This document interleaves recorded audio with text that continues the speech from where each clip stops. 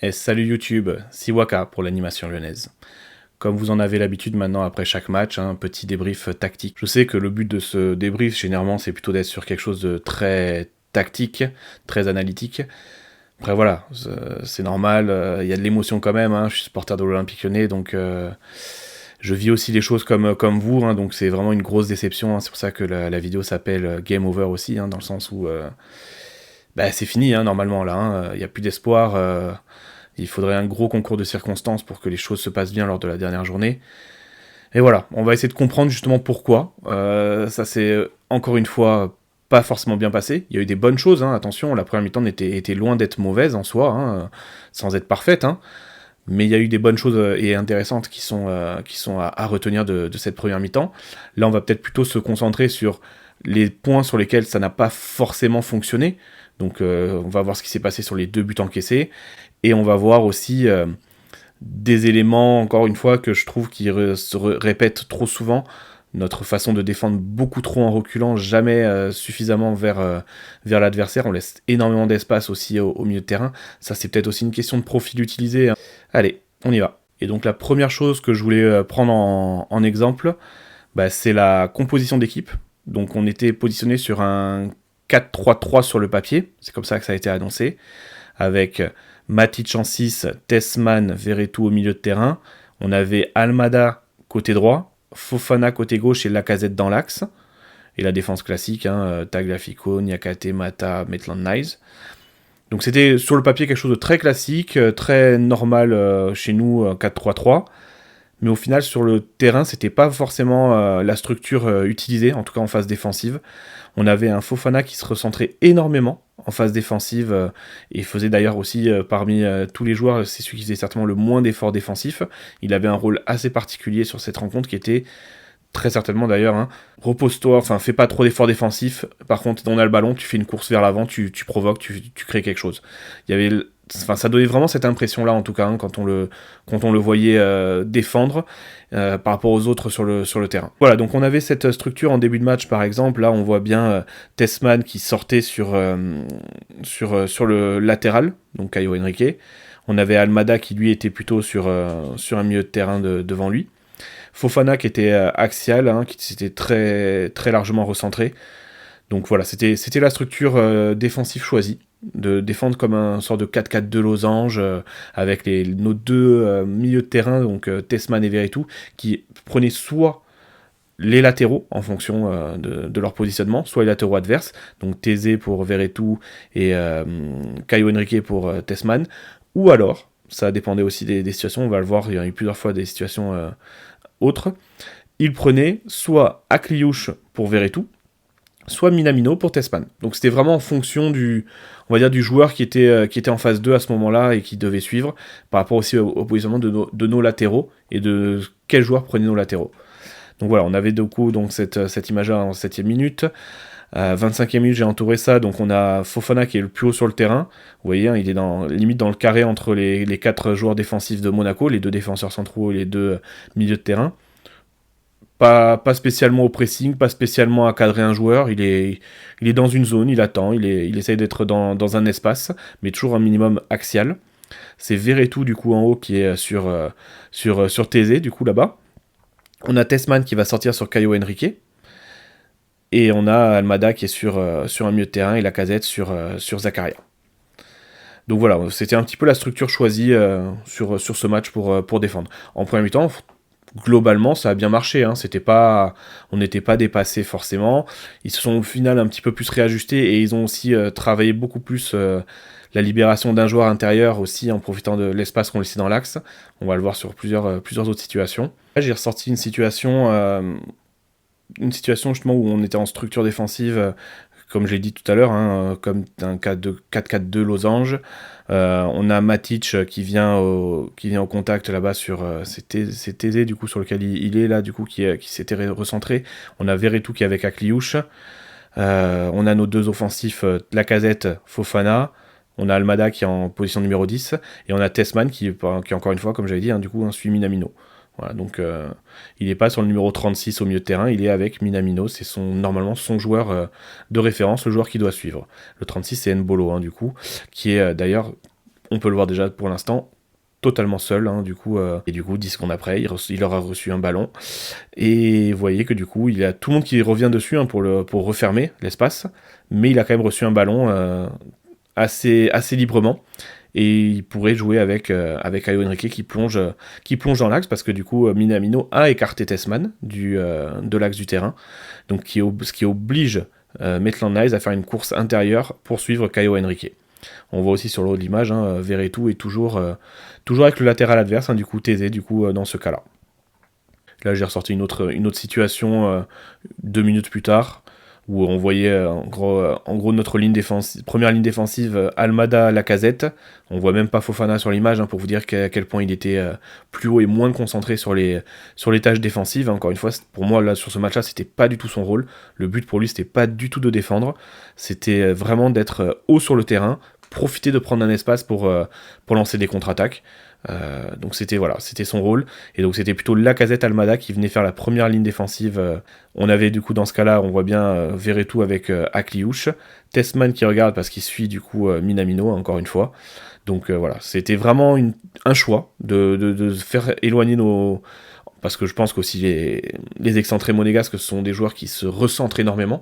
Donc on s'est dit qu'on allait profiter du fait qu'ils se recentraient souvent pour faire sortir nos milieux de terrain dessus, pour les suivre. Pour pas demander à Almada, parce que voilà, on avait choisi de ne pas faire défendre Almada sur un côté, ni Fofana sur un côté. Donc forcément, il fallait trouver 2 autres joueurs pour compenser. C'était nos milieux de terrain. Ce qui nous a fait le plus mal d'ailleurs, c'était souvent les décrochages d'un joueur, donc généralement Mbolo, qui n'était pas forcément suivi par un de nos défenseurs centraux, par Matic d'ailleurs, hein. Il avait vraiment énormément d'espace quand il faisait un décrochage. Donc là, première situation, 15e minute, Verretou va sortir sur Thésée. On voit encore une fois nos milieux de terrain. Nos milieux de terrain, on a Matic qui du coup est en train de coulisser, vu que Verretou est en train de sortir, donc Matic est en train de coulisser vers Zakaria. On a Tessman qui est, on va dire, en lien avec Minamino. Almada qui est avec le numéro 15, Lamine Camara. Donc Verretou sort sur Thésée. Quelques secondes après, du coup, il va passer sur Akliouche, qui aura reçu le ballon. Donc on voit que du coup, Matic a suivi, lui, Zakaria. On a bien sûr Tessman avec Minamino, Mbolo qui est en train de faire son décrochage. On voit là, il s'est arrêté dans sa course, il revient en arrière pour demander le ballon parce que de toute façon il n'y a personne autour de lui, il n'y a aucun joueur qui peut venir le déranger. Il reçoit le ballon, on voit bien l'espace, hein, devant lui, hein. Il n'y a pas un défenseur qui est venu, il y a Tessman du coup qui est en train de revenir en courant dessus parce que forcément, hein, joueur plein axe seul, il va essayer de venir dessus.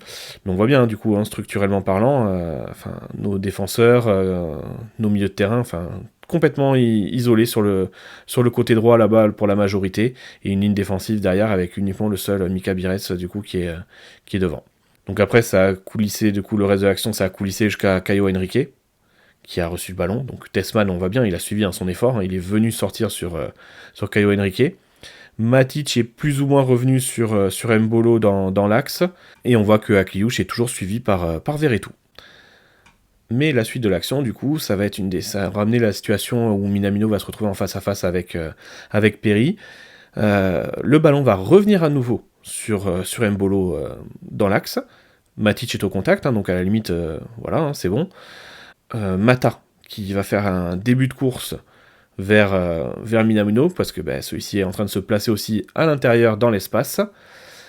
Mais au moment où Mata du coup enclenche lui son mouvement vers l'avant pour combler l'espace sur Minamino, Mbolo est en train de passer, il a réussi à contourner Matic, et du coup Minamino lui il lance son effort dans l'autre sens. Donc il y a un petit temps de réaction pour Mata par rapport à Minamino, donc il fait que Minamino a pris de l'avance.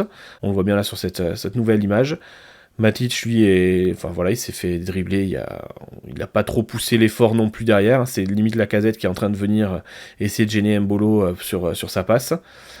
Et donc du coup, avec cet espace à la fin, il aura la situation de venir se présenter face à Perry, qui va quand même sauver le ballon. Mais on voit bien, du coup, hein, c'est des fois des petites situations, des petites erreurs, des petites choses faites à contre-temps. Peut-être que là aussi, normalement, Mbolo, il est pas censé se retourner aussi facilement que ça face à Matic, Peut-être aussi que voilà, peut-être faut être un peu plus dur aussi ou empêcher les choses de se faire. Et à ce moment-là, comme j'ai dit, il y a Mata qui veut sortir pour venir fermer, combler l'espace sur Minamino. Et au moment où il fait ça, c'est au moment où Mbolo passe et Minamino fait un appel dans l'autre sens. Donc forcément, après derrière, il se retrouve avec du retard. Donc voilà, c'est des petites situations comme ça qui s'accumulent, qui font que qu'on subit des situations, qu'on encaisse des buts, parce que il y a des choses qui sont pas forcément faites correctement, dans le bon esprit, dans le bon tempo. Et encore une fois, voilà, c'est pas un joueur spécifique là, qu'on pointe, hein. C'est une globalité en fait, hein.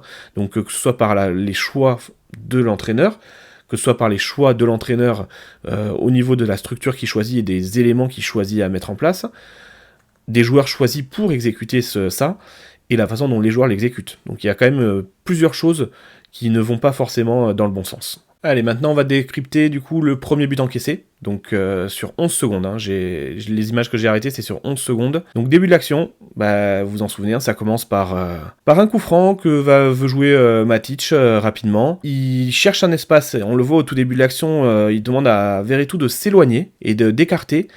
Moi je pensais personnellement que le but de cette situation, de demander à Veretout de s'éloigner, de s'écarter, c'était justement d'attirer le joueur que j'ai noté par le numéro 3, il me semble c'est Lamine Camara à ce moment-là, pour l'attirer vers Veretout et pour pouvoir avoir un axe de passe vers Fofana. Très franchement, je pensais qu'il allait tenter de faire ça. Bon, il a pas fait. Il a fait la petite passe sur Veretout. Veretout va lui faire une remise beaucoup trop molle et du coup, vous voyez Akliouche qui est déjà sur les starting blocks avant même que Veretout fasse sa remise. On a nous deux joueurs qui sont complètement à l'arrêt, hein, qui s'attendent pas. Enfin, voilà, je veux dire, il voit bien là, Matic, il voit bien aussi que le ballon va lui revenir. Hein, Veretout, il est en position pour lui faire une passe également en suivant. Donc voilà, c'est des petites choses des fois où on n'est pas assez actif.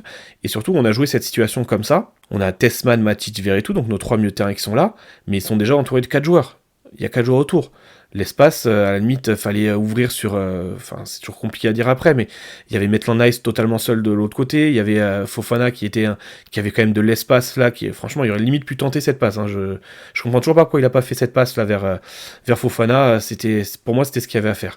Mais voilà, donc du coup ils ont joué un petit coup ensemble, et voilà, 4 contre 3 à cet endroit-là, ça n'a pas fonctionné comme il fallait. On voit bien que 2 secondes plus tard, hein, le ballon récupéré par Lamine Camara. Nos joueurs, Matic est à l'arrêt, il est en train de commencer à se retourner pour défendre. Et là, du coup, Camara, qu'est-ce qu'il va faire ? Il va faire une passe sur Mbolo. Là, on a Tessman. Ce qu'il va vouloir faire, c'est qu'il va vouloir venir couper justement tout de suite sur Mbolo. Parce que Mbolo va recevoir le ballon, donc il va vouloir venir tout de suite couper sur lui. J'ai entouré Maitland Nice parce qu'on verra qu'à la fin, à la fin de la situation, il sera dans la surface. Donc, vu là où il était, la distance par rapport à la situation, c'est quand même plutôt pas mal de voir qu'il a réussi à revenir autant que ça. Donc Mbolo reçoit le ballon, Tessman sort un peu à contre-temps, forcément, et surtout il sort sur Mbolo, mais il y a un axe de passe sur Akliouche lancé, parce qu'il n'y a personne dessus. Donc quoi qu'il arrive, Mbolo, il a Tessman qui lui arrive dessus, et il n'a plus qu'à faire la passe sur Akliouche pour libérer l'espace. Et donc Minamino, du coup, forcément, qu'est-ce qu'il fait ? Il en profite, espace extérieur. Tessman l'a lâché, il va prendre l'espace. Sur la passe de Mbolo vers Akliouche, et que le moment où Akliouche fait tout de suite la passe, ça aurait pu nous aider parce qu'au final il n'a pas forcément fait la passe qu'il fallait, comme il faut, dans le bon tempo et au bon endroit. Donc ça a permis un tout petit peu de ralentir la situation, mais on voit bien, hein, nos joueurs étaient au milieu de terrain, étaient dépassés, en retrait, et on avait Kaletachar qui était en train de regarder un peu ce qui se passait, mais voilà, vous voyez l'espace, hein, avec Minamino. Au moment où Minamino reçoit le ballon, vous voyez, hein, du coup orienté de dos, donc ça permet à nos joueurs de revenir parce que du coup la passe d'Akliouche n'était pas excellente, ça aura permis à nos joueurs de commencer à revenir, mais au moment où Minamino reçoit quand même le ballon, il y a un espace monstrueux devant lui, hein, entre lui et Kaletachar, et même Tessman est beaucoup trop loin pour pouvoir revenir et le cadrer. Ensuite, on arrive sur quelques secondes après, Minamino est orienté vers l'avant pour aller vers le but. Tessman, l'espace ne s'est pas réduit, je dirais même qu'il s'est augmenté. Kaletachar, du coup, pareil, hein, l'espace s'est pas vraiment réduit, hein, enfin il se réduit parce que Minamino est en train d'avancer, hein, et on voit Maitland Nice qui est en train d'arriver à fond derrière pour essayer de revenir. Et on notera la très belle ligne défensive, Niakate, Matic, Veretout, Tagliafico, hein, ils sont alignés là, très bien. Voilà. Et au moment du coup où Minamino va frapper pour marquer, vous voyez, après il est entouré, hein. Il y a Maitland Nice qui est revenu, hein, du coup au contact, il y a Kaletachar qui est venu fermer, il y a Tessman qui arrive aussi, mais c'est trop tard, il est en train de frapper, donc c'était avant qu'il fallait venir pour essayer d'intervenir ou bloquer la situation. Mais à la limite, c'est même pas ça, moi, qui m'a dérangé le plus, parce que, vu comment ils sont tous autour de lui, ben, Kaletachar aurait pu contrer ce ballon, hein, pourquoi pas, hein. C'est pas déconnant. Moi, ce qui me dérange plus, c'est le positionnement, où vraiment nos joueurs, à aucun moment, il y a une réflexion sur autre chose que de ne regarder le ballon. Enfin, je sais pas, vous regardez, si Minamino fait un autre choix que de faire un tir, il fait une petite passe vers Akliouche. Akliouche, il a un ballon seul à recevoir face au but. Donc, parce que personne ne va vers lui. Même s'il faisait un petit ballon en retrait sur Mbolo, pareil. Il y a de l'espace totalement pour enclencher une frappe derrière. Donc, oui, il a marqué. Il a certainement marqué un but quand même pas très simple, dans le sens où il y avait quand même Kaletachar qui était quand même bien revenu fermé. Mais il avait en plus de l'espace qu'il a eu pour s'installer et se positionner pour frapper, il avait en plus d'autres possibilités pour jouer le jeu. C'est ce qui est peut-être pas normal. Je veux dire, nos joueurs, encore une fois, ils sont tous en train de regarder uniquement le ballon. Il n'y en a pas un seul. Il y a que Niakate à la limite qui est avec Mika, mais sinon il n'y en a aucun qui regarde autre chose que où se trouve le ballon. Et oui, on peut pas défendre juste en regardant où se trouve le ballon, il faut aussi regarder où se trouvent les autres joueurs, mais c'est pour montrer que défensivement, il y a quand même de grosses lacunes sur certaines situations qu'on a, on n'est pas capable de gérer certaines choses que je trouverais pourtant assez basiques. Pour le deuxième but, hein, c'est plus de voir en fait ce qui s'est passé, parce qu'il y a le duel perdu par Tessman de la tête, face à Zakaria. Bon, c'est un duel de la tête, hein. Zakaria saute, Tessman saute d'un peu plus loin, il est pas bien placé pour intervenir, voilà, il y a but par rapport à ça. Bon, on peut parler encore une fois de ce manque peut-être d'agressivité sur l'adversaire, hein, il n'y a pas de souci, on peut parler de ça. Moi, peut-être plutôt ce que je note dans ce cas-là, c'est plutôt le positionnement et les petits pas de Perry que je voulais noter. On voit au tout début du coup franc, quand Lamine Camara fait le centre, Perry il est positionné, il regarde où va le ballon, donc jusque là ça va. Quelques secondes après, le ballon arrive va commencer à arriver dans la surface. Perry a fait un premier pas vers l'avant, comme s'il pensait qu'il allait pouvoir y aller et intervenir. Il s'arrête et il va faire un petit pas de recul. Et le problème, c'est que au moment où il y a la tête de Zakaria, Perry il est complètement planté au sol parce qu'il vient de faire son petit pas vers l'avant, son petit pas vers l'arrière pour se repositionner, et il vient de se planter au sol au moment où Zakaria fait sa tête. Donc forcément, le moment où il se plante au sol, les appuis pour relancer et pour repartir, sortir chercher le ballon, il peut pas, c'est pas possible, il faut refaire un appui, alors que s'il était pas sur les appuis complètement plantés, il aurait été certainement plus efficace pour aller chercher et intervenir sur le ballon. Donc pour moi, c'est plutôt là Perry qui est pas irréprochable sur cette situation, mais après, encore une fois, on peut noter aussi qu'à la base, sur le coup de pied arrêté, c'est peut-être Kaletachar ou Tessman qui sont censés être au duel et qui sont pas forcément à la fin. Donc il y a aussi un manque d'agressivité défensive flagrant, mais bon, ça... on est habitué, on le sait, on connaît, c'est comme ça depuis un petit moment. Qu'importe les joueurs, hein, on a l'impression que l'agressivité défensive, ça les intéresse pas plus que ça. Là, je voulais revenir sur une action qui est l'action sur laquelle Mata va faire faute et prendre son carton jaune en début de match. Donc une situation où on a la balle, hein, classique. Matic redescend parce que Mata monte, donc il y a une compensation qui est faite à ce niveau-là. Mais du coup, ça va créer un espace. Mata fait la passe Tessman. Tessman va un peu tergiverser sur sa course et va se faire reprendre le ballon par Mbolo. On voit bien là, il y a un petit trait que j'ai mis tout à gauche de l'image, hein, c'est Matic. Du coup, vous voyez, lui, il n'est pas remonté hein, du coup sur la situation, il s'est pas remonté, pas reproposé. Donc il va y avoir un trou au moment de la perte de balle de Tessman, parce que du coup, 5 secondes après, voilà, Tessman a perdu le ballon, entouré de plusieurs joueurs de Monaco, et Minamino est tout seul dans l'espace, parce que forcément Tessman est pas avec lui, il peut pas défendre sur lui alors qu'il vient de perdre le ballon plus haut sur le terrain. Almada est en train d'essayer de revenir, mais voilà. Et Mata est là, du coup, lui s'était repositionné en tant que défenseur central, son rôle hein, en soi.